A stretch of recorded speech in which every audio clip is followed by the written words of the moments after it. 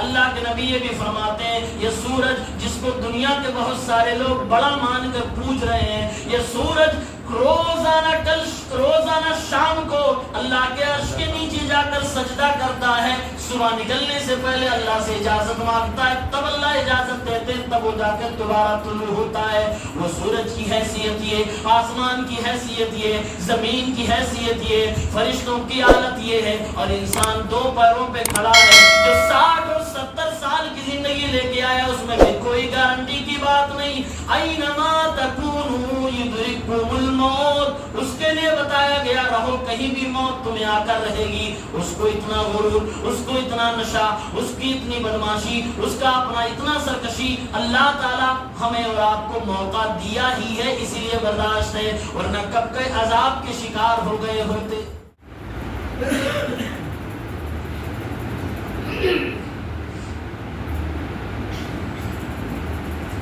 السلام علیکم ورحمۃ اللہ وبرکاتہ۔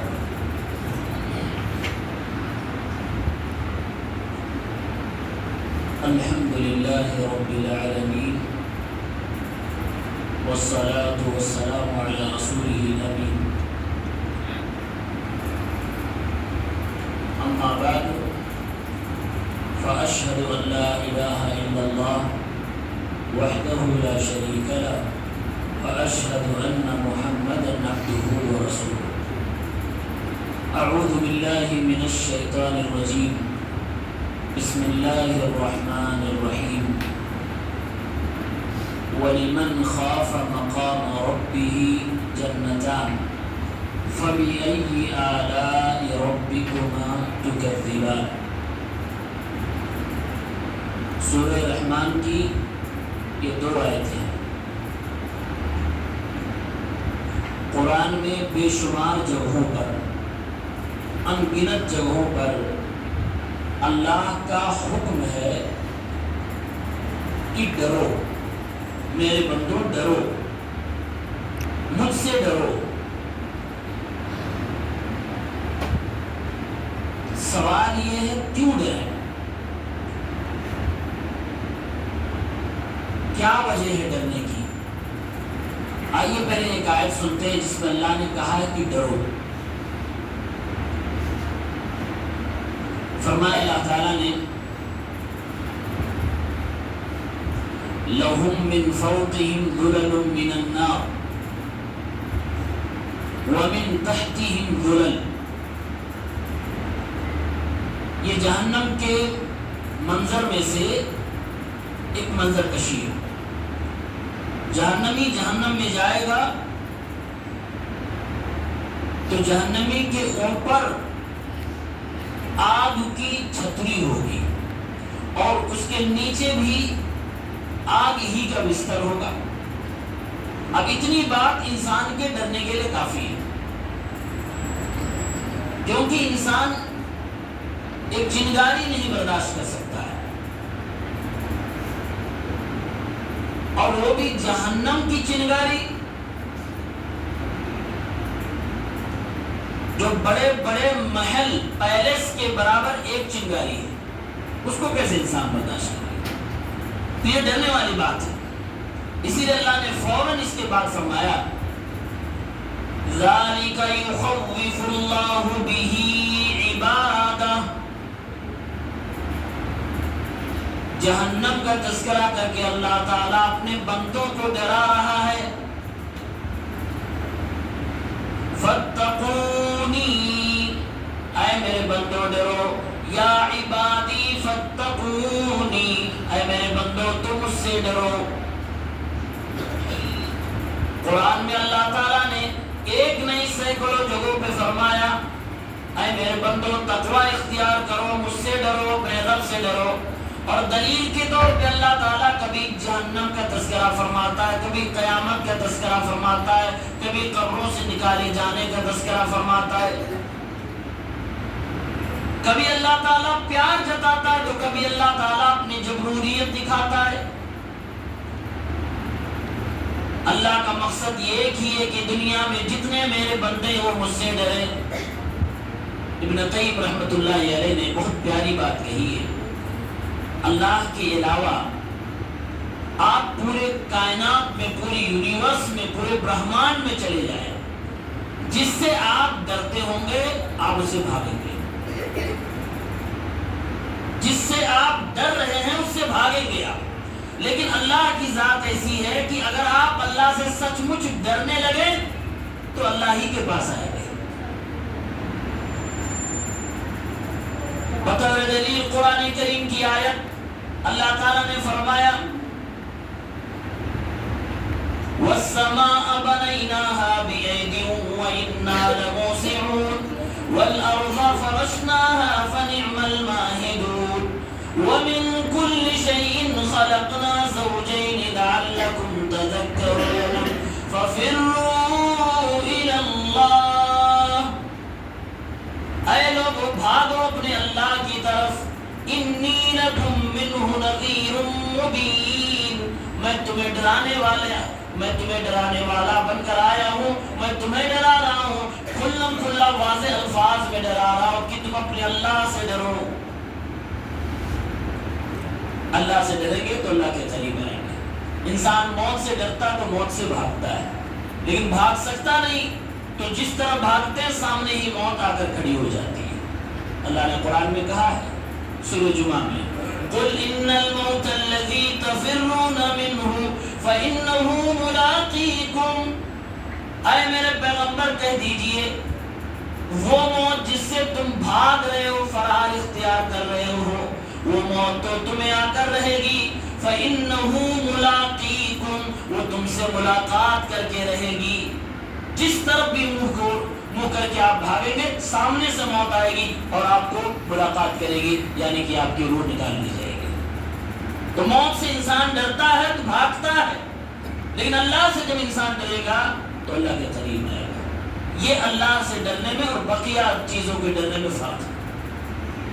اللہ کو یہی مطلوب ہے کہ بندوں سے ڈرے، اور تعجب کی بات اور کمال کی بات یہ ہے کہ اللہ سے ڈرنے پر ثواب ہے، کیونکہ یہ عبادت ہے۔ اللہ سے ڈرنا یہ اپنے آپ پہ خود الگ عبادت ہے، اور یہ دل کی عبادت ہے، اس میں ثواب ملتا ہے۔ اگر آپ اپنے گھر میں ہیں، بیٹھے ہوئے ہیں، نماز کا وقت نہیں ہے، اپنے خالی وقت میں یا اپنے کام میں، اپنے کھیت میں، اپنے گھر میں، کسی بھی کام میں ہیں، اور آپ اللہ سے ڈر رہے ہیں، تو آپ کنٹینیو لگاتار ثواب کما رہے ہیں، کیونکہ آپ عبادت کر رہے ہیں۔ ایک ڈرنے والا بندہ ہمیشہ اللہ کی عبادت میں ہوتا ہے۔ ایک سلف نے بہت بہترین بات کہی کہ ایک مسلمان آدمی، مومن جس کو نیک کہتے ہیں، ایک نیک آدمی جب کوئی گناہ کرتا ہے تو گناہ کرنے کے وقت ہی وہ 2 نیکیاں کر جاتا ہے۔ گناہ 2 طرح کے لوگ کرتے ہیں، جو گنہگار ہے وہ تو گناہ کر رہا ہے، نیک آدمی سے بھی گناہ ہوتا ہے، اور یہ بات طے ہے۔ اگر زمین پہ لوگ گناہ کرنا چھوڑ دیں تو اللہ سب کو ختم کر کے ایسوں کو لائے گا جو گناہ بھی کریں گے پھر توبہ کریں گے۔ نیک ہونے کا مطلب یہ نہیں ہے کہ فرشتہ ہونا، نیک ہونے کا مطلب یہ ہے کہ گناہوں کا کم ہونا، اور اگر گناہ ہو جائے تو توبہ کر لینا، اس کو نیک کہتے ہیں۔ جب نیک آدمی سے گناہ سرزد ہو جاتا ہے، لگے ہاتھ وہ 2 نیکی کرتا ہے۔ پہلی نیکی یہ فوراً ڈر جاتا ہے، اے اللہ مجھ سے یہ پاپ ہو گیا، اب اس پاپ کے بدلے میں تو پکڑے گا، اب تو سزا دے گا، تو اس سزا کی ڈر جو اس کے سزا والی بات جو اس کے دل میں آئی وہ ایک نیکی ہے، اور وہ نیکی اللہ تعالیٰ کو پسند ہے۔ دوسری نیکی وہ یہ سوچتا ہے کہ اے اللہ رب العالمین تو معاف کرنے والا ہے، اب تم معاف فرما دے گا، معافی کی امید اور ایک سزا کا ڈر، یہ دونوں نیکیاں جب نیک آدمی گناہ کرتا ہے تو فوراً ہی کر دیتا، اور گنہگار آدمی گناہ کرتا ہے تو اس کو نہ تو سزا کا ڈر ہوتا ہے اور نہ معافی کی امید ہوتی ہے، اس لیے توبہ بھی نہیں کرتا۔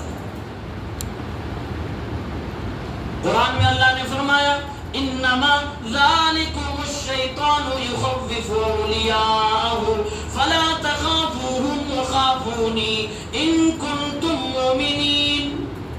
سارے دنیا کے مسلمانوں سے آپ پوچھئے کہ آپ اللہ سے ڈرتے ہو؟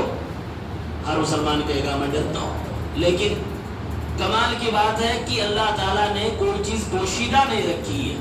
اگر آدمی کہتا ہے ہمیں نبی سے محبت ہے، اللہ فرماتا ہے یہ اس کی نشانی ہے نشانی تو ٹھیک ہے ورنہ جھوٹ بول رہے ہو. آدمی کہہ رہا مجھے اللہ سے ڈر لگتا ہے، اس کی یہ نشانی ہے نشانی تو ٹھیک ہے ورنہ جھوٹ بول رہے ہو. تو دنیا کے سامنے انسان کا کالا چٹا پورا کھل کے سامنے آ جاتا ہے. فرمایا اللہ نے کہ شیطان انسانوں کو اپنے ماننے والوں کا ڈر دلاتا ہے. آپ دیکھیں گے لوگ ایسی چیزوں سے ڈرتے ہیں جس سے کبھی نہیں ڈرنا چاہیے. مرے ہوئے لوگوں سے ڈرتے ہیں، مرے ہوئے لوگوں سے ڈر رہے ہیں. اور اندھ وشواس اگر آ جائے تو بلی سے بھی ڈر رہے ہیں، راستہ کٹ جائے تو اس سے ڈر رہے ہیں. اور آپ جانتے ہیں میں بہرائچ میں رہتا ہوں جو کہ مزاروں کا شہر ہے. ہماری مسجد کے جسٹ دروازے پہ مزار ہے. اچھے گھرانے کے لوگ جو دیندار مانے جاتے ہیں، بچہ پیدا ہوا عقیقہ مزار پہ لے جا کر کرتے ہیں ڈر کی وجہ سے. ڈر کیا ہے کہ اگر مزار پہ نہیں کیا تو بچے کو کچھ نقصان ہو سکتا ہے.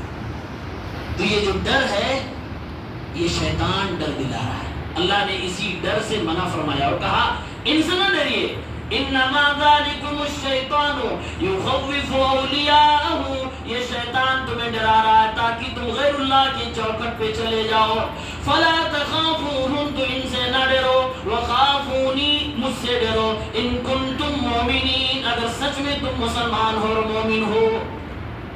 یہ بات اگر ہم اپنے دل میں بٹھائیں کہ اللہ فرمائے سچ میں اگر مومن ہو تو مجھ سے ڈرو، اس کا مطلب یہ ہے کہ جو اللہ سے نہیں ڈرتا وہ سچ میں مومن نہیں ہے. سچ میں مومن اللہ سے کیوں ڈرنا چاہیے؟ یہ سوال بہت عجیب سوال ہے، بہت عجیب و غریب سوال ہے. اور قرآن و سنت میں اگر اس کا جواب تلاشیں گے تو روکتے کھڑے ہو جائیں گے. اللہ سے اس لیے ڈرنا چاہیے کیونکہ یہ زمین اللہ سے ڈرتی ہے، آسمان اللہ سے ڈرتا ہے، یہ پہاڑ اللہ سے ڈرتے ہیں، یہ درخت اللہ سے ڈر رہے ہیں، سمندر اللہ سے ڈر رہا ہے، اللہ کے فرشتے اللہ سے ڈر رہے ہیں، دنیا کی ساری مخلوقات اللہ سے ڈر رہی ہے. اگر کوئی نہیں ڈر رہا تو دو پیروں والا یہ جانور انسان نہیں ڈر رہا ہے. انسان اور جنات یہی لوگ نہیں ڈرتے، باقی بڑی بڑی مخلوقات ڈر رہی ہیں. قرآن کی ایک آیت آپ کے سامنے پیش کروں جس کو سائنس آج بھی کہتی ہے ہمیں ہضم نہیں ہوتا، لیکن ہمیں اور آپ کو ہضم کرنا پڑے گا کیونکہ قرآن میں ہے.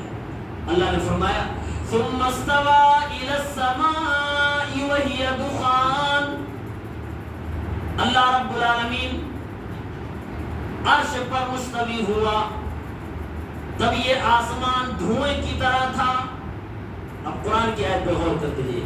اللہ عرش پہ مستوی ہوا، آسمان دھوئیں کی طرح تھا. فقال لها وللارض ائتيا طوعا او كرها، اللہ تعالیٰ نے آسمان سے کہا اور زمین سے کہا آؤ میرے پاس فرما برداری کرتے ہوئے ورنہ گھسیٹ کے لائے جاؤ گے. فقالتا اتینا طائعین، دونوں نے کہا کہ ہم اللہ رب العالمین کے پاس فرما برداری کرتے ہوئے اپنی خوشی سے آ رہے ہیں، راضی سے آ رہے ہیں. اے اللہ تعالیٰ حکم فرمائیے کیا کرنا ہے. تفسیر ابن کثیر وغیرہ کے اندر اس حوالے سے لکھا ہے اللہ نے زمین کو بھی بلایا، اللہ نے آسمان کو بھی بلایا، اور آسمان و زمین کی ہمت نہیں، مجال نہیں کہ اللہ کے اس حکم کی نافرمانی کرے. کیسے آئے کیفیت ہمیں نہیں معلوم، یہ غیب کی بات ہے، لیکن آئے اللہ کے سامنے اور اللہ نے کہا طوعا او کرہا. اس کا مطلب ہوتا ہے خوشی سے آتے ہو تو ٹھیک ہے ورنہ گھسیٹے جاؤ گے. آسمان کو بھی یہ دھمکی ہے، زمین کو بھی یہ دھمکی ہے، اور اس سے بری دھمکی انسانوں کو ہے. بس فرق یہ ہے کہ انسان کو اللہ تعالیٰ نے آزمائش کے لیے دنیا میں کچھ دیر کے لیے چھوڑ رکھا ہے کہ ہاں بھاگو، چارہ لے کر کتنی دور تک کو بھاگ سکتے ہو. زمین نے اور آسمان نے کہا ہم آ رہے ہیں طائعین، فرما برداری کرنے آ رہے ہیں. ابن کثیر رحمہ اللہ فرماتے ہیں وہ آگے تو رب العالمین نے فرمایا اے آسمان تو ستارے نکال، تو سورج نکال، تو چاند نکال، تو سیارے نکال، تو گیلیکسیاں بنا، تو اس نے بنا ڈالی. اللہ نے فرمایا زمین سے تو جنگلات نکال، تو سمندر نکال، تو اس نے نکال ڈالا. اور اسی بات کو قرآن میں کئی جگہوں پہ اللہ نے فرمایا کہ ہم نے زمین و آسمان کو 6 دنوں میں پیدا فرمایا. تو ہمیں اس لیے اللہ سے ڈرنا چاہیے کیونکہ ہم سے لاکھوں کروڑوں گنا زمین بڑی ہے وہ اللہ سے ڈر رہی ہے. یہ آسمان صاحبان کے مانند ہمارے سر پہ ہے, یہ اللہ سے ڈر رہا ہے, ہمیں نہیں ڈر لگتا. اور انسان, جو لوگ پڑھے لکھے ہیں وہ جانتے ہیں انسان کی اس دنیا میں حقیقت کیا ہے. تھوڑی سائنس کی بات میں بتا دوں, پڑھے لکھے لوگ جانتے ہیں اس دنیا کو انگلش میں یونیورس کہتے ہیں, ہندی میں اس کو الگ الگ ناموں سے پکارا جاتا ہے. اردو میں کہتے ہیں کائنات. کائنات میں ہماری جو زمین جس پہ ہم رہتے ہیں, یہ پلینٹ ارتھ, یہ زمین کا گولا جس کو کہتے ہیں, یہ کتنا چھوٹا ہے آپ کو اندازہ نہیں ہے. یہ سورج جو روزانہ صبح نکلتا ہے ہماری زمین کی طرح 13 لاکھ زمین اس سورج کے برابر نہیں ہو سکتی, اتنی چھوٹی ہے زمین. اس سورج کے برابر 13 لاکھ زمینیں بھی نہیں ہو رہی ہیں, اور اس سورج سے بڑے بڑے کئی گنا یا اس کے برابر کئی گنا سیارے, کئی لاکھ سیارے. آج تک کسی سائنس نے, کسی ٹیکنالوجی نے, کسی مشین نے گنا ہی نہیں ہے کہ ان فضاؤں میں کتنے سیارے گھوم رہے ہیں, کتنی کہکشائیں ہیں, کتنی گیلیکسیز ہیں, کتنے ملکی ویز, کسی کو نہیں پتا. یہ اندازے کی بات صرف بتائی جا رہی ہے, کسی کو پتا نہیں ہے. ان ساری چیزوں کو پیدا کرنے والا اللہ, اس پوری کائنات میں کتنے سیارے کسی کو معلوم نہیں. ان تمام سیاروں میں سورج ہے جس کے بارے میں سائنس کہہ رہی ہے 13 لاکھ زمینیں اس کے اندر سما سکتی ہیں جس طرح کی ہماری زمین ہے. اور سائنس آگے یہ بھی کہتی ہے کہ ہماری یہ زمین, اس زمین پہ 71 یا 72% صرف پانی ہے. جو زمین کا گولا ہے اس میں بھی 71% پانی ہے. 30% جگہوں پہ انسان رہتے ہیں. اس 30% جگہ میں 200 سے زیادہ ملک دنیا کے اندر ہے. انہی ملکوں میں سے ایک آپ کا ملک ہے. اسی ملک کے صوبوں میں سے ایک آپ کا صوبہ, اسی صوبے میں سے آپ کا ایک ضلع, اور آپ کی ضلع میں سے آپ کا ایک چھوٹا سا گاؤں, آپ کی چھوٹے سے گاؤں میں سے آپ کا ایک چھوٹا سا گھر, اور پھر آپ کے اس گھر میں آپ کے بھائی اور بہنوں کے درمیان آپ کا ایک بستر, آپ کا ایک کمرہ. اور جب دنیا سے چلے گئے تو 2 گز زمین کے نیچے جگہ مل گئی. یہی انسان کی حیثیت ہے, یہی انسان کی حقیقت ہے. اللہ کے نبی نے اس کو اپنے الفاظ میں بیان فرمایا, لو کانت الدنیا تعدل جناح بعوضۃ ما سقا منہا کافرا. اگر اس دنیا کی حیثیت اللہ کی نگاہ میں مچھر کے ایک پر کے برابر بھی ہوتی تو اللہ کسی کافر کو روزی دیتا ہی نہیں. مچھر کے ایک پر کے برابر بھی اس کی ویلو نہیں ہے. اور ابھی میں بتاؤں گا اس زمین کی حیثیت کیا ہے, جس زمین کے لیے انسان بھائی کو بھائی سمجھنے کو تیار نہیں ہے. باپ بیٹے میں لڑائیاں ہیں, رشتہ داریاں ٹوٹ رہی ہیں زمین کے لیے. قیامت کے دن اس زمین کا حال کیا ہوگا؟ اتنی بڑی کائنات ہے, اور اتنی بڑی کائنات میں ہم اتنے سے ہیں, اور بار بار قرآن میں اللہ فرما رہا ہے تمہاری حیثیت کیا ہے, تم کو تو میں نے پانی کے بوند سے پیدا کیا ہے. اور بھی ڈانٹ رہا تو فرما رہا تمہیں مٹی سے پیدا کیا ہے, تم ہو کون؟ انسان بھول گیا. اللہ قرآن میں ڈانٹتا ہے انسان کو. قرآن اگر سمجھ آئے تو اللہ کی ڈانٹ پھٹکار بھی سمجھ میں آئے گی. ایحسب الانسان ان لن نجمع عظاما, کیا انسان سمجھ رہا ہے کہ اس کی ہڈیوں کو ہم جمع نہیں کر پائیں گے؟ بلا قادرین علی ان نسوی بنانا, ہم ہڈیاں تو دور کی بات ہے, اس کی انگلی میں ایک انگلی میں 3 پور ہیں, ہم اس کے اس پور کو بھی جمع کر کے کل قیامت کے دن سامنے کھڑا کر دیں گے. اللہ تعالیٰ کی پہنچ, اللہ کی طاقت, اللہ کے پاور کو ہلکے میں نہ سمجھا جائے. قرآن میں اللہ تعالیٰ ہمیں اور آپ, اسی لیے یہ سب قرآن پڑھنے کی باتیں ہوتی ہیں. اللہ سے ڈرنا چاہیے کیونکہ ہم سے بڑی بڑی مخلوق اللہ سے ڈرتی ہے.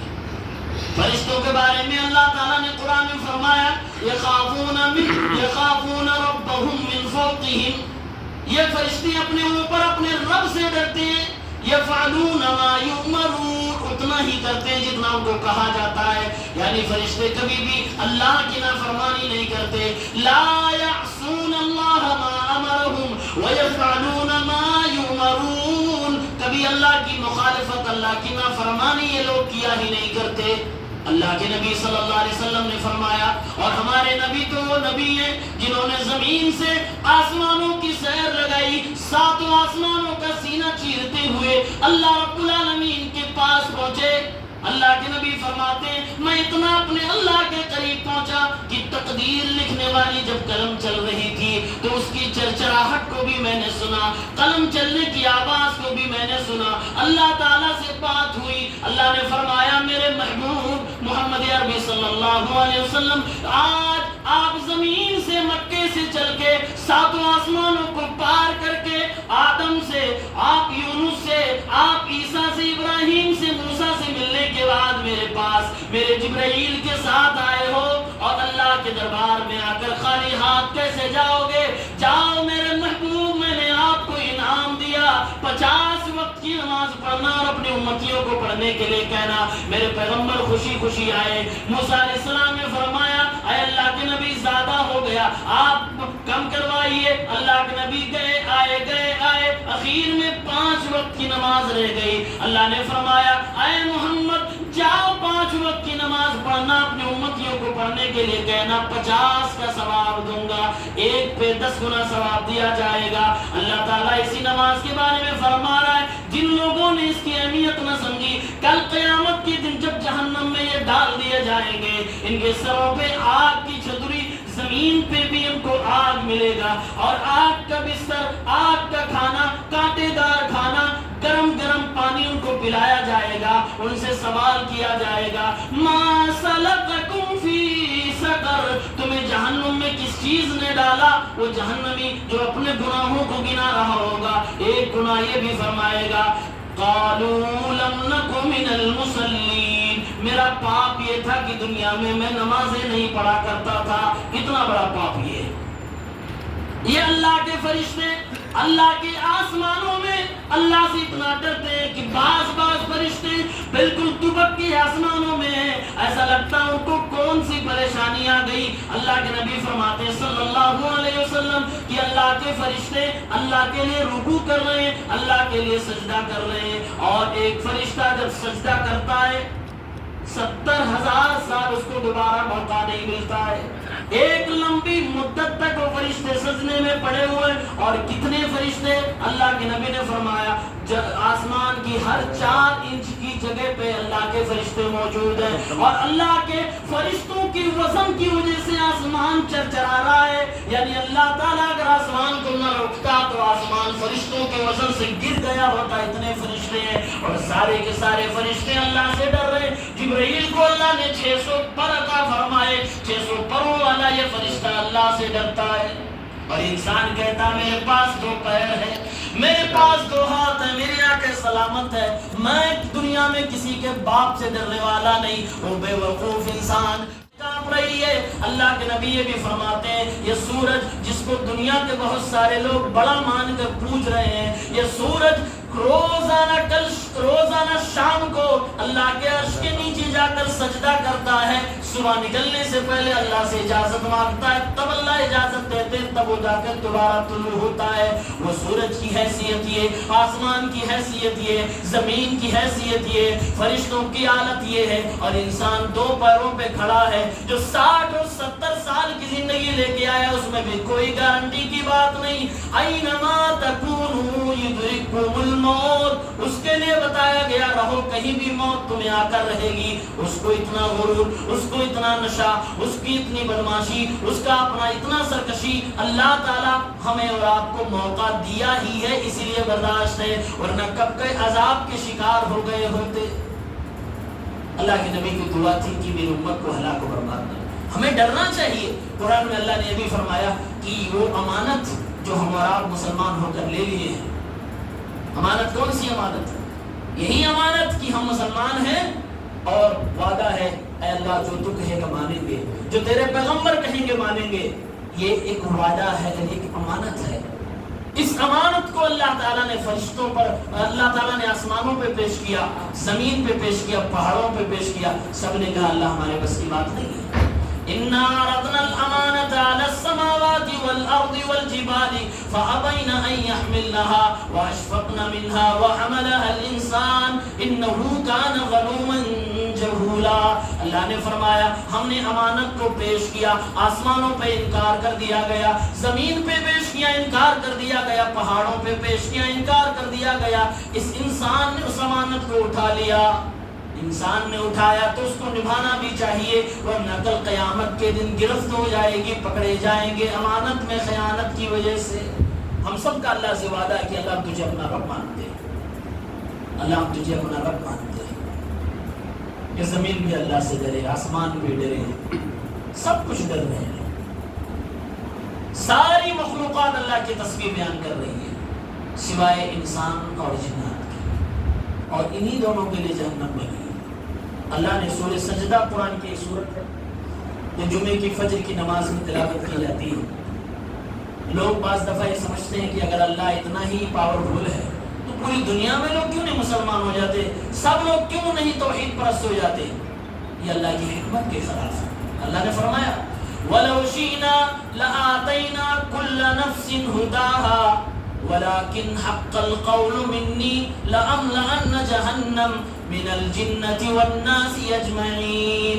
اگر ہم چاہ لیں تو دنیا میں جس کو بھی ہم نے جنم دیا, پیدا کیا ہے, جتنی بھی مخلوقات ہے, سارے انسانوں سارے جناتوں کو اپنا شہدائی بنا دے, سب کو توحید پرست بنا دے, سب کو مومن بنا دے. کوئی میرا باغی نہ رہے, کوئی بھی ظالم نہ رہے, کوئی بھی مشرک نہ رہے, کوئی بھی کافر نہ رہے. وَلَكِنْ حق القول منی, لیکن میری طرف سے یہ فیصلہ ہو چکا ہے. لَأَمْلَأَنَّ جَهَنَّمَ, مجھے جہنم کو بھی بھرنا ہے. کس سے؟ من الجنت والناس اجمعین, جناتوں اور انسانوں کے ذریعے سے جہنم کو بھی تو بھرنا ہے.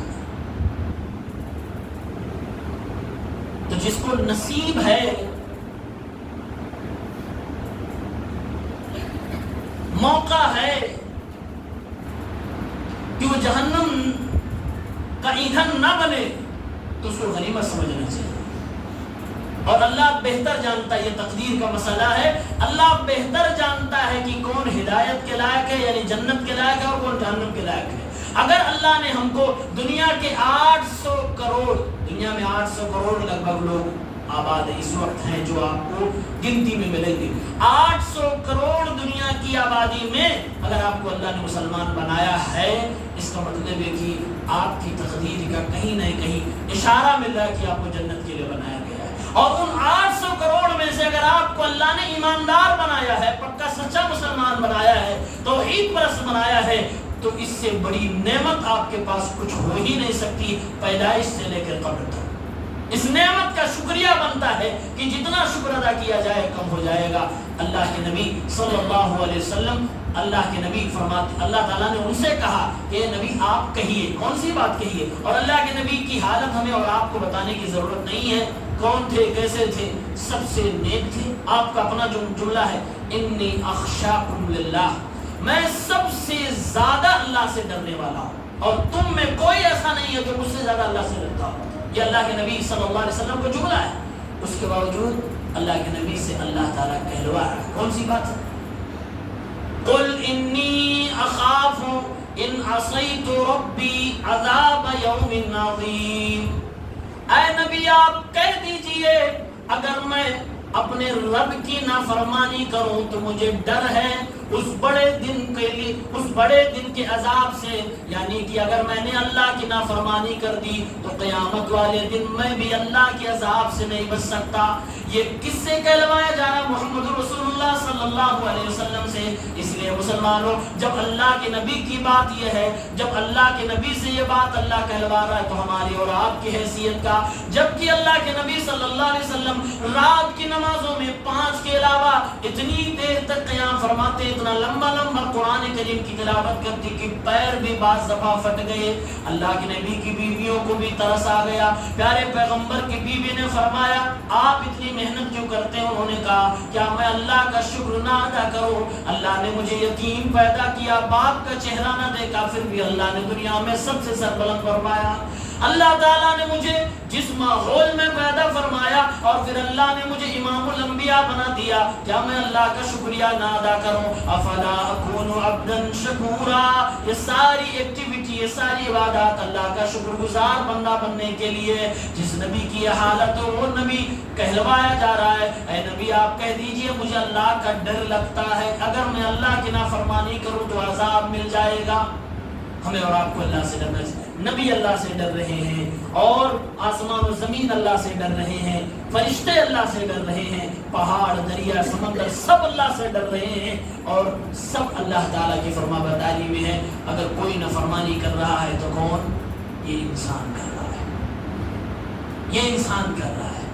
اور ایسے بھی انسان جو خود کو خدا سمجھ بیٹھے، جو خود کو اللہ کے درجے پہ اپنے آپ کو قائم کر لیا، اور انا ربکم الاعلی کا، ایسے ایسے بھی دنیا میں لوگ آئے ہیں۔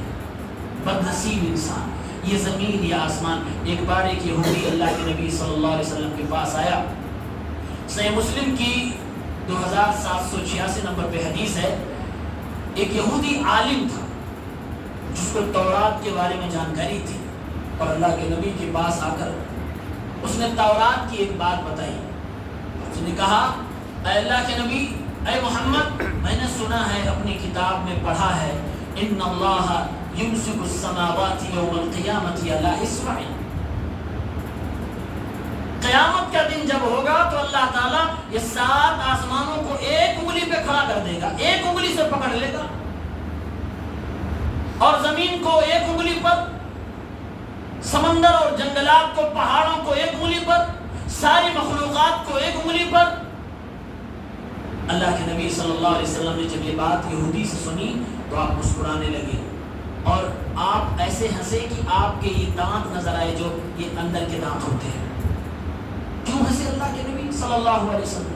اس لیے ہنسے کہ یہودی ہمارے مذہب کا نہیں ہے، اور یہ بات جو بول رہا ہے وہ تو میری بات ہے، اس کی کتاب سے میری تائید ہو رہی ہے، لہٰذا میرے پیغمبر کو خوشی ہوئی، اور آپ صلی اللہ علیہ وسلم خوشی کا اظہار فرمایا۔ اور آپ نے پھر قرآن کریم کی ایک آیت پڑھی، اپنے صحابہ کو سمجھایا اور کہا وَمَا قَدَرُ اللَّهَ حَقَّ قَدْرِهِ وَالْأَرْضُ جَمِيعًا قَبْضَتُهُ يَوْمَ الْقِيَامَةِ وَالسَّمَاوَاتُ مَطْوِيَّاتٌ بِيَمِينِهِ سُبْحَانَهُ وَتَعَالَى عَمَّا يُشْرِكُونَ۔ میرے پیغمبر نے ارشاد فرمایا، یہودی نے جو بات کہی اللہ کے تعظیم والی بات کہی ہے، اللہ کو بڑا سمجھنے والی بات کہی ہے، کل قیامت کے دن سارے آسمانوں کو اللہ ایک انگلی پہ روک دے گا، اور ساری زمینوں کو ایک انگلی پہ روک دے گا، پہاڑوں کو، جنگلوں کو، سمندروں کو ایک انگلی پہ روک دے گا، ساری مخلوقات کو اللہ ایک انگلی پہ روک دے گا، اور اللہ تعالیٰ اس پوری مخلوقات کو حرکت دے گا، زمین کو اپنی مٹھی میں بند کر لے گا۔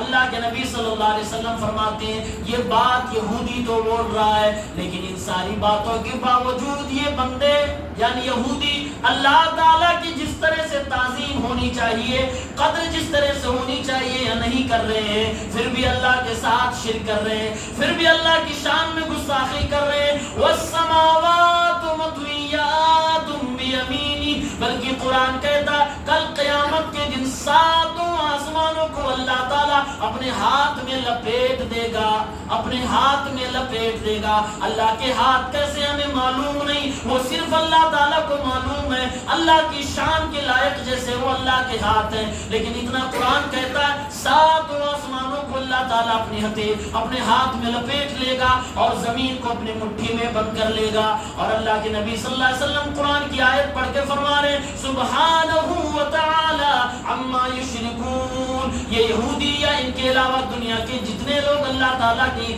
ذات میں، اس کی صفات میں، اس کی عبادت میں شرک کر رہے ہیں، اللہ تعالیٰ ان ساری چیزوں سے بری ہے۔ وہ اللہ تعالیٰ اس لائق ہے کہ صرف اس کے لیے عبادت کی جائے، اس کے سامنے اپنی پیشانی کو جھکایا جائے، ایک اللہ کی پوجا کی جائے، ایک اللہ کے لیے نمازیں پڑھی جائے، اس کا فرما بردار بنا جائے۔ میرے بھائیوں، اگر زندگی میں ہمارے اور آپ کے دین کی کمی ہے، تقوی کی کمی ہے، نماز کی کمی ہے، تو یقین مان لیجئے دو ریزن میں سے ایک ریزن ضرور ہوگا، یا تو آپ کو اپنے اللہ کے بارے میں معلوم نہیں ہے، یا اگر معلوم ہے تو اچھی طرح سے معلوم نہیں ہے۔ وَمَا قَدَرُ اللَّهَ حَقَّ قَدْرِهِ، اللہ تعالیٰ نے اس آیت کے ذریعے سے دنیا کی ساری بددینی کو جواب دے دیا کہ جو بھی بددین ہے، جو بھی بے نمازی ہے، جو بھی دنیا میں دین سے دور ہے، اس کو اللہ کی قدر ہی معلوم نہیں۔ جس کی قدر اس کو معلوم نہ ہو، اس کی قدر کرے گا کیسے؟ لہذا اللہ تعالیٰ کے بارے میں جانکاری حاصل کی جائے، اللہ کے بارے میں علم حاصل کیا جائے، اپنے اللہ کی تعظیم کو سمجھا جائے، اللہ کے نام میں اس سے زائد نام ہے ان ناموں کو بھی جانا جائے، تب اللہ کی محبت، اللہ کی طاقت، اللہ کی رحمت، اللہ رب العالمین کی صفات ہمارے دلوں میں گھر کریں گے، اس کا معنی ہمیں سمجھ میں آئے گا، پھر اللہ کی عبادت کرنے کا جو مزہ ہے وہ مزہ آئے گا۔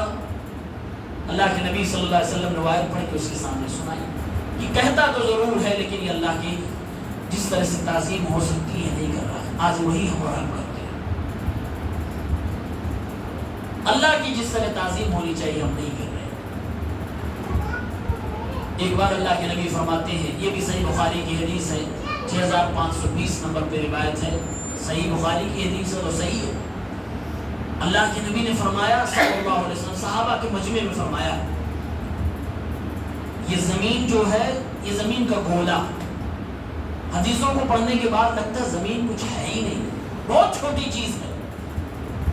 اللہ کے نبی نے فرمایا قیامت کے دن یہ زمین ایک روٹی کی طرح ہو جائے گی۔ اور غور سے سنیے حدیث، یہ زمین قیامت کے دن ایک روٹی کی طرح ہوگی۔ تکون الارض یوم القیامت خبزۃ واحدہ، ایک روٹی بس۔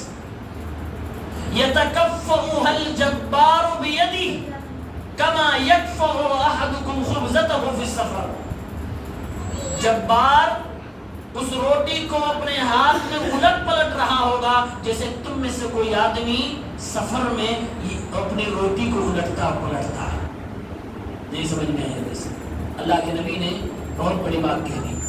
آپ نے فرمایا قیامت کے دن یہ زمین، جس زمین پہ تم رہتے ہو، جس زمین کے 30% پر انسانیت آباد ہے، اللہ کے نبی فرمانے قیامت کے دن یہ زمین ایک روٹی کی طرح ہو جائے گی، اور رب العالمین اس زمین کو الٹ پلٹ رہا ہوگا اپنے ہاتھ سے جیسے تم میں سے کوئی انسان روٹی کو الٹتا پلٹتا اور بناتا ہے۔ روٹی بناتے کیسے ہیں؟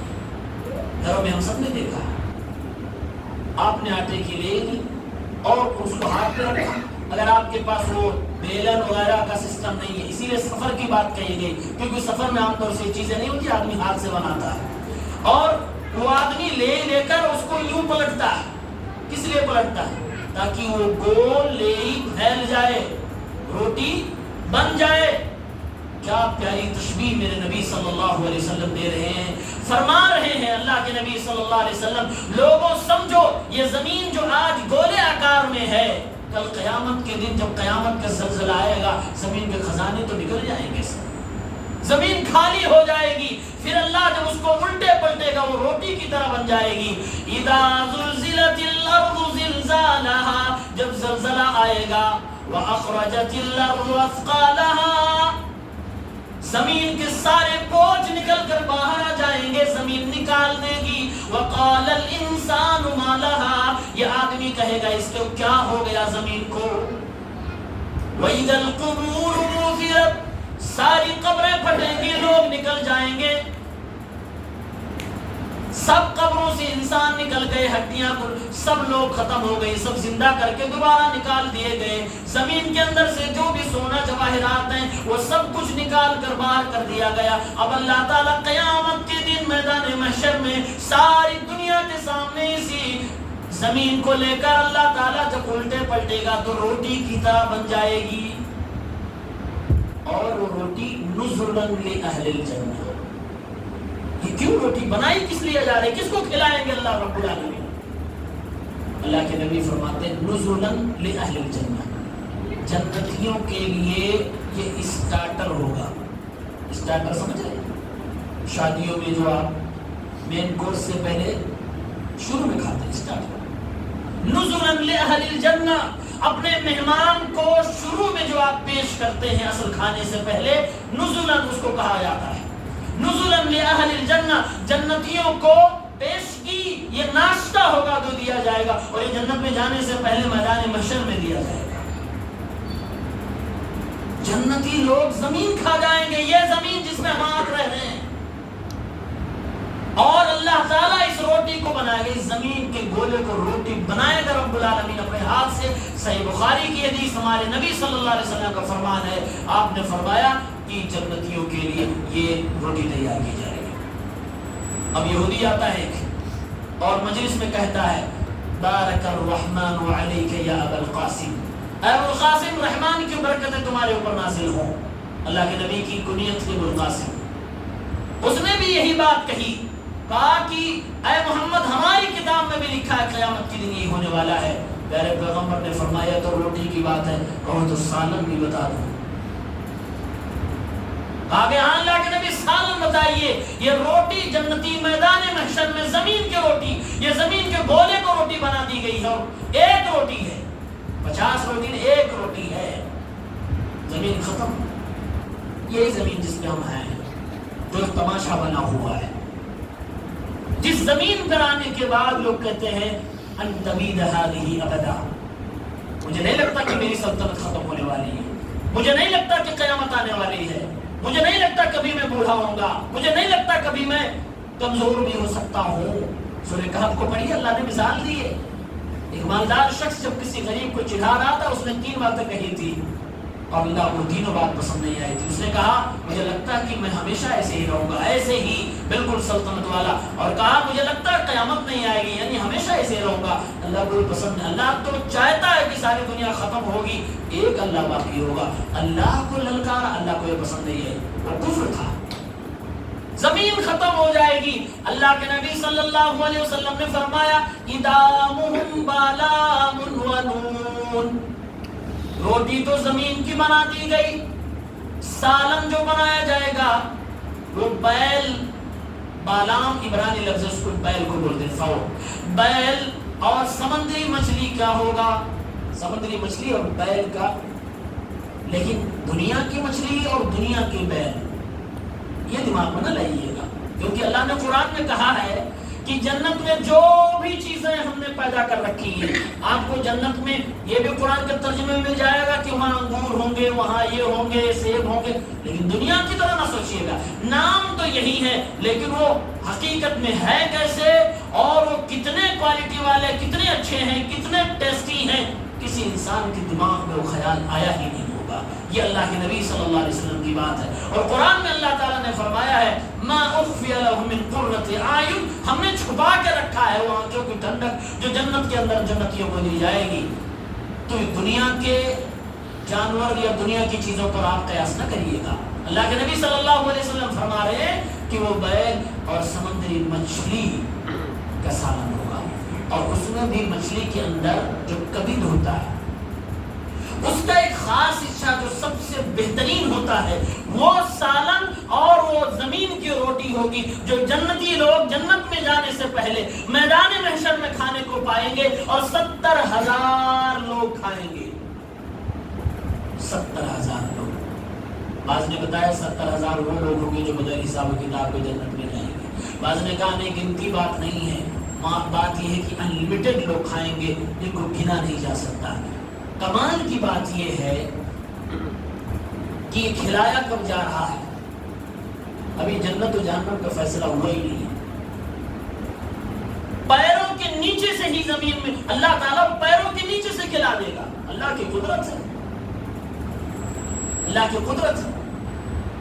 ایک یہودی نے اللہ کے نبی سے پوچھا محمد آپ کا قرآن کہتا ہے کل قیامت کے لیے زمین بدل دی جائے گی، سوال بتاؤ، زمین جب بدلی جا رہی ہوگی، جس ٹائم میں زمین چینج کی جا رہی ہوگی، یہ دنیا کی آبادی اربوں میں ہے، کہاں ہوگی اس وقت، یہ لوگ کہاں ہوں گے، زمین تو چینج ہو رہی ہے۔ سوال اپنی جگہ پہ صحیح تھا، اللہ کے نبی کا جواب سنو، اور بالکل سٹیک اور صحیح جواب۔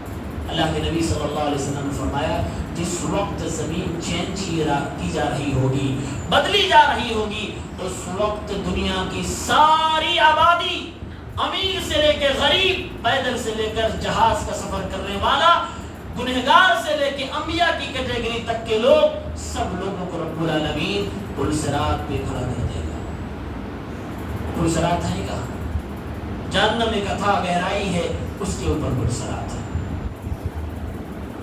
ایک صاحب سے پوچھا گیا، ہمارے اسلاف میں سے رو رہے تھے، کہا آپ روتے کیوں ہیں؟ رونے کی وجہ بتائیے، خاموش کیوں نہیں ہو رہے ہیں؟ انہوں نے کہا مجھے یقین ہے کہ پل صراط سے گزرنا پڑے گا، اور اس بات کا یقین ہونا ہر مسلمان کے لیے ضروری، کیونکہ قرآن میں اللہ نے کہا وَإِن مِّنكُمْ إِلَّا وَارِدُهَا، ہر انسان کو پل صراط سے گزرنا ہے۔ یہ قرآن نے ڈکلیئر کر دیا، کلیئر کر دیا، ہم ہو آپ ہو، کوئی بھی عالم ہو جائے تو سب کو پل صراط سے گزرنا ہے۔ اور پل صراط پل جب ہم اپنے دماغ میں کان سے سنتے ہیں تو ایسا لگتا ہاں لمبا چوڑا پل ہوگا۔ پل صراط نام پل ہے بس، ورنہ اللہ کے نبی فرماتے ہیں ادق من الشعر، بال سے زیادہ باریک ہے، احد من السیف، تلوار سے زیادہ دھاردار ہے، اور اس میں پھسلنے کی چیز لگی ہوئی ہے، بالکل اندھیرا ہے، دائیں بائیں لوہے کے کانٹے لگے ہیں، جو آدمی جائے تو پکڑ کے نیچے گرا دیں۔ اسی پل صراط پہ ہر انسان کو گزرنا ہوگا۔ اللہ کے نبی فرماتے ہیں جب زمین بدلی جا رہی ہوگی تب لوگوں کو اسی پل صراط سے گزارا جا رہا ہوگا، ہر انسان کو گزرنا۔ کہنے لگے کہ میں روتا اس لیے ہوں کہ یقین ہے کہ پل صراط سے گزروں گا، اور پل صراط جہنم کے اوپر بنی ہے، مجھے یقین نہیں، مجھے پتا نہیں ہے کہ میں پار کر پاؤں گا کہ گر جاؤں گا، اس میں پار پر کر پاؤں گا کہ گر جاؤں گا، مجھے پتا نہیں ہے، اس لیے میں روتا ہوں۔ یہ ساری چیزیں ہمیں بھی معلوم ہونی چاہیے۔ زمین میں روٹی بنا کے اللہ جنتی کو کھلائے گا، اور یہ میدان محشر کا یہ وہ عالم ہے کہ جس کے بارے میں ہمارے نبی فرماتے ہیں صلی اللہ علیہ وسلم کہ جب سے اللہ تعالیٰ نے ساری دنیا کے لوگوں کو پیدا فرمایا ہے، آدم کی پشت سے جب سب کو نکال کر اللہ نے گواہی لی تھی، اس سے پہلے سے لے کر آج تک، یعنی نبی کے زمانے سے اور قیامت تک، اللہ تعالیٰ جتنا غصہ اس دن ہوگا اس سے پہلے کبھی نہیں ہوا ہے۔ کس دن؟ وہی میدان محشر، حساب و کتاب والے دن، جس دن اللہ اتنا غصہ ہوگا، اس دن اللہ تعالیٰ اگر کسی کی مہمان نوازی کرے اس سے بہترین انسان کون ہو سکتا ہے؟ اللہ کے نبی فرماتے ہیں کہ انسان اپنے گناہوں کے بقدر اپنے پسینے میں ڈوبا ہوگا، کوئی پنڈلی کے برابر پسینے میں، کوئی گھٹنے کے برابر، کوئی کمر کے برابر، کوئی اپنے سینے کے برابر، کوئی اپنے سر کے برابر، کوئی اپنے پسینے میں سراپا ڈوبا ہوا ہوگا۔ ایسے عالم میں ساری دنیا کے لوگ پریشان ہیں، اے اللہ ایک زمانہ ہو گیا قیامت آئے ہوئے، ساری دنیا ننگی دھڑنگی کھڑی ہے، سورج سما نیزے پہ ہے، رب العالمین حساب لے لے۔ آدم کے پاس آدم علیہ السلام فرما رہے ہیں مجھے تو اپنا معاملہ یاد آ رہا ہے، نفسی نفسی۔ ابراہیم بھی فرما رہے ہیں نفسی نفسی، نوح بھی منع کر رہے ہیں، عیسیٰ بھی منع فرما رہے ہیں۔ اخیر میں اللہ کے نبی صلی اللہ علیہ وسلم کے پاس آئے، اللہ کے نبی اللہ کے عرش کے نیچے سجدے میں چلے جائیں گے، اللہ تعالیٰ ان کو اس وقت کچھ تعریفی کلمات سکھائے گا، اور اللہ کے نبی کو کہا جائے گا یا محمد ارفع راسک، اے محمد اپنے سر کو اٹھائیے، سل تعطیٰ، مانگیے آپ کو دے دیا جائے گا۔ اللہ کے نبی صلی اللہ علیہ وسلم اپنی امت کا سوال کر کے کہیں گے اللہ تعالیٰ میری امت کو بخش دے، اے اللہ یہ دنیا انسانیت پریشان ہے، حساب لے لے۔ اللہ تعالیٰ تب جا کر حساب لے گا، یہ میدان محشر میں کھڑا کر کے اللہ تعالیٰ یہ زمین دنیا کے لوگوں کو جو جنت میں جانے والے کھلا دیا جائے گا، روٹی اور سالن بنا کر دنیا کو پیغام اللہ کے نبی دے رہے ہیں، اے دنیا کے لوگوں جس زمین میں سلطنت کے لیے تم لڑ رہے ہو، جس زمین میں جگہ جائیداد بنانے کے لیے حرام حلال سب ملائے جا رہے ہو، اس زمین کی حیثیت کیا ہے؟ کل تو یہ بنا کر روٹی کھلا دی جائے گی، اللہ تعالیٰ کو خوش کر لو۔ اس دنیا کا 10 گنا جنت کے آخری جنتی کو دیا جائے گا، جو سب سے بڑا جنتی ہوگا اس کو کتنا ملے گا اندازہ بھی نہیں کر سکتے۔ اللہ میسج دے رہا ہے لوگوں زمین کی حیثیت کو سمجھو، اس دنیا کی حقیقت کو جانو، اور اپنے اللہ سے اپنے آپ کو جوڑ کے رکھو۔ اس لیے ہمیں اللہ رب العالمین سے ڈرنا چاہیے۔ ایک اور بات سناتا ہوں، ایک آدمی تھا، ہمارے نبی کی امت سے پہلے کا آدمی ہے. یہ بھی صحیح بخاری میں کتاب الرقاق میں 3478 نمبر پہ حدیث ہے، اور کئی جگہ پہ صحیح بخاری میں حدیث ہے. اللہ کے نبی صحابہ سے بتا رہے ہیں، جب صحابہ سے نبی کوئی بات پرانی بتائیں اس کا مطلب اس میں کوئی کام کی بات نہیں. اللہ کے نبی نے فرمایا ایک آدمی تھا جس کو اللہ تعالیٰ نے بہت مال دولت اولاد عطا فرمائی تھی، بہت کچھ تھا اس کے پاس. اولاد خاص طور سے اس کے پاس فرما بردار تھی، اور وہ آدمی توحید پرست تھا. اس حدیث میں نہیں ہے، دوسری حدیث میں. وہ آدمی اللہ کو ماننے والا تھا، توحید پرست تھا، لیکن وہ بے ایمان تھا. بے ایمان مطلب دوسرے گناہ کرتا تھا. ایک گناہ کا تذکرہ ہے کہ وہ کفن چور تھا. پہلے زمانے میں غربت یہ ہوا کرتی تھی کہ لوگ مردے کو دفن ہونے کے بعد قبریں کھود کر کفن چرا لیا کرتے تھے. کفن چور تھا. ایک دن اس آدمی کو یاد آیا کہ میں تو جس اللہ کو مانتا ہوں اللہ مجھے پکڑے گا تو مجھے سزا ضرور دے گا. اپنی اولاد کو جمع کیا، اور اپنی اولاد کو جمع کرنے کے بعد کہہ رہا ہے اے میری اولاد، اے میرے بیٹو، یہ بتاؤ تم اپنے باپ کے بارے میں کیا سوچتے ہو؟ تمہاری نگاہوں میں تمہارا باپ کس حیثیت کا ہے؟ تم اپنے باپ کو کس نگاہ سے دیکھتے ہو؟ سارے بچوں نے کہا ابا جان آپ کو ہم اچھا ہی سمجھتے ہیں، آپ ہمارے لیے بہترین باپ ہیں. کہا میرے بیٹو اگر تم مجھے اچھا سمجھتے ہو تو میری ایک وصیت لکھ لو، یاد رکھو اس پہ تم لوگوں کو عمل کرنا پڑے گا. کون سی وصیت؟ کہا میرے بیٹو جب میں مر جاؤں، دنیا سے ختم ہو جاؤں، میری روح نکال لی جائے، مجھے ڈر یہ ہے کہ میں اللہ کی پکڑ میں اگر آ گیا تو میں نے اتنے پاپ کیے کہ اللہ تعالیٰ مجھے بخشے گا نہیں، ضرور مجھے سزا ملے گی. لہٰذا ہے میرے بیٹو مجھے ایک ترکیب سمجھ میں آئی ہے اللہ کی پکڑ سے بچنے کے لیے. اے میرے بیٹو جب میں مر جاؤں تو مجھے دفن نہ کرنا، مجھے آگ سے جلا دینا. فَأَحْرِقُونِي، مجھے جلا دینا. اچھا جلانے کے بعد بھی ہو سکتا ہے اچھی طرح سے آگ بھی نہ جلے. اس نے کہا جلانے کے بعد بھی ہڈی کچھ بچ رہی ہے اسے پسوا دینا، یہ ہڈی بھی نہ رہے. جلا دینا، جلانے کے بعد ہڈیاں پسوا دینا. اے میرے بچوں پھر انتظار کرنا، جس دن تیز آندھی چلے میری راگ کو لے کر کسی پہاڑ پہ کھڑے ہو جانا اور تیز ہوا میں میری راگ کو اڑا دینا تاکہ سمندروں کے حوالے ہو جائے. اس طرح سے میں اللہ کی پکڑ سے بچ جاؤں گا. میں نے دنیا میں اتنے پاپ کیے کہ اگر میں پکڑا گیا تو مجھے سزا ضرور ملے گی. اس نے یہ حرکت کی اور اپنی اولاد کو نصیحت کی. مر گیا، دنیا سے چلا گیا. اس کی اولاد نے اس کی وصیت میں عمل بھی کر لیا، اس کو جلایا بھی، ہڈیوں کو پسوایا بھی، اور اس کے بعد اس کو تیز ہواؤں کے حوالے کر کے اندازہ کرو اس آدمی کی راگ کہاں کہاں ہواؤں کے ساتھ بگڑ گئی ہوگی، کچھ پتہ نہیں چلا ہوگا. لیکن اللہ کے نبی صلی اللہ علیہ وسلم فرماتے ہیں ادھر اس کی راگ اڑائی گئی، ادھر رب العالمین نے اپنی طاقت کا پردرشن کیا. رب العالمین نے اس آدمی کی روح کو آواز دیا کن یا عبدی، اے میرے بندے میرے سامنے حاضر ہو جا.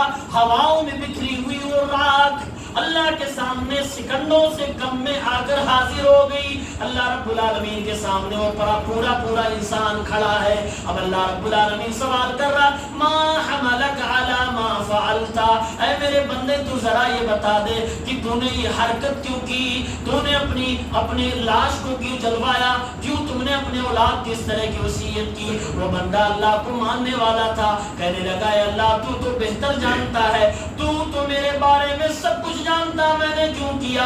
اے اللہ مخافتک، تیرے ڈر کی وجہ سے میں نے ایسا کیا ہے کہ کہیں تو پکڑ نہ لے. اللہ کے نبی صلی اللہ علیہ وسلم فرماتے ہیں اسی ڈر کی وجہ سے اللہ تعالیٰ کی رحمت غالب آ گئی. رب العالمین نے اس کو معاف فرما دیا، بخش دیا.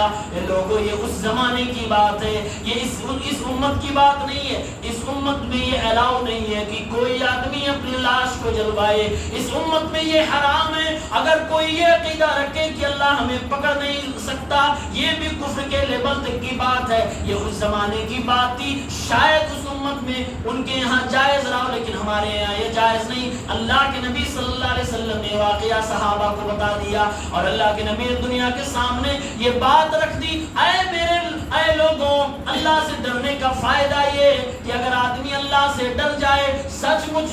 سے ڈرنا چاہیے تو اللہ تعالیٰ اتنا خوش ہوتا کہ اپنے گنہگار بندے کو بھی معاف فرما دیتا ہے اور اللہ تعالیٰ اسے بھی جنت عطا فرما دیتا. رہی بات بھاگنے کی اللہ کے پکڑ سے، دنیا میں کوئی بھی کتنا بھی طاقتور ہو جائے، کہیں بھی چلا جائے، زمین کی تہوں میں چلا جائے، آسمان کی خلاؤں میں چلا جائے، فضاؤں میں چلا جائے، کہیں بھی چلا جائے، سمندر کی گہرائی میں چلا جائے، اللہ کی پکڑ سے کوئی بھی بچ نہیں سکتا. اللہ نے قرآن میں سورہ بقرہ میں ارشاد فرمایا ہے اینما تکونوا یأتی بکم اللہ جمیعا ان اللہ اینما تکونوا یأتی بکم اللہ جمیعا ان اللہ علی کل شیء قدیر.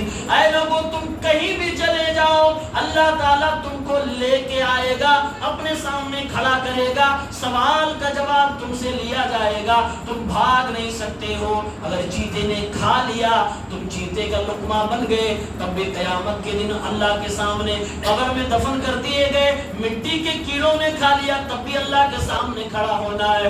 سانپ نے نگل لیا، تب بھی اللہ کے سامنے کھڑے ہونا ہے. جل کے مر گئے، تب بھی اللہ کے سامنے کھڑے ہونا ہے. کسی بھی حالت میں کسی بھی انسان کو بخشا نہیں جائے گا، سوال ضرور کیا جائے گا. اور اللہ کے نبی صلی اللہ علیہ وسلم فرماتے ہیں دنیا کے سارے انسانوں کو ایک ایک کر کے اللہ کے سامنے کھڑا کر کے اللہ بذات خود سوال کرے گا. کوئی ٹرانسلیٹر نہیں، کوئی ترجمان نہیں، کوئی بھی بیچ میں تیسرا کوئی ثالثی نہیں. اللہ ہوگا، اس کا بندہ ہوگا، سوال ہوگا، جواب ہوگا. اور سوال جواب ہمیں پہلے سے پتا ہے، قبر کے سوال ہمیں اور آپ کو پتا ہے. من ربک ومن نبیک وما دینک، تمہارا رب کون ہے؟